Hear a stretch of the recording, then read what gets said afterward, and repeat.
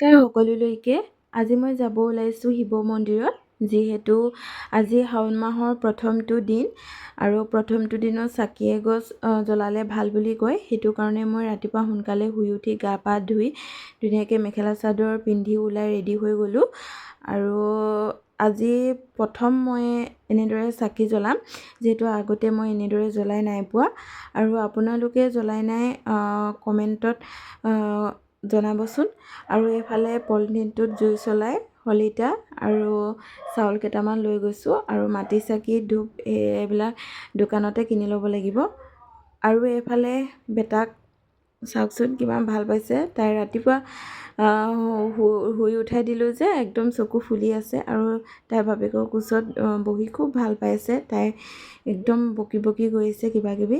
আৰু একদম ৰাতিপুৱা মানে বেলিটো ওলোৱাই নাই হৈছিলে আৰু মানুহ একেবাৰে নাই নিজান, আৰু ৰাতিপুৱা টাইমটোত গৈ খুব ভাল লাগে। আৰু ভিডিঅ'টো শেষলৈকে চাই থাকিব দেই আপোনালোকে।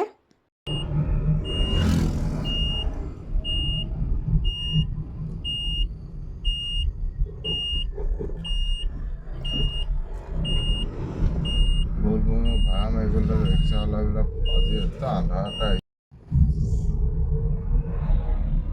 আৰু এইফালে শিৱ মন্দিৰত পালোহি আৰু মানুহ দুজনী জ্বলাই আছিলে আৰু এজনী গুচি গ'ল, এজনী আছে, তাই জ্বলাই আছিলে।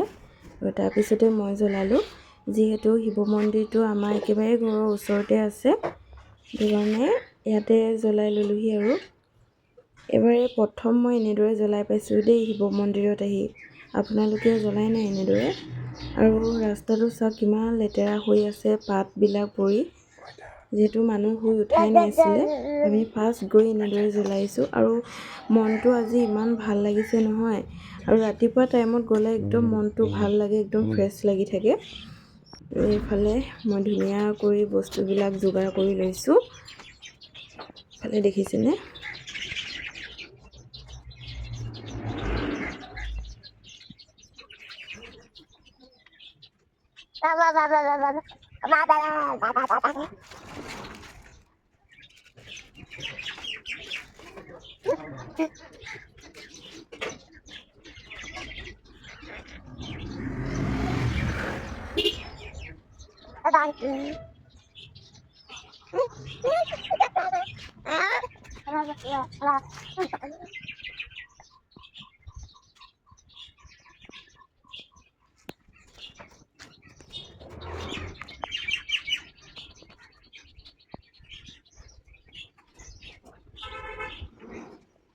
এইফালে ধুনীয়া কৰি মই চাকি গছ জ্বলাই ল'লোঁ আৰু ধূপকেইডাল জ্বলাই মই পূজা কৰি আছোঁ এতিয়া।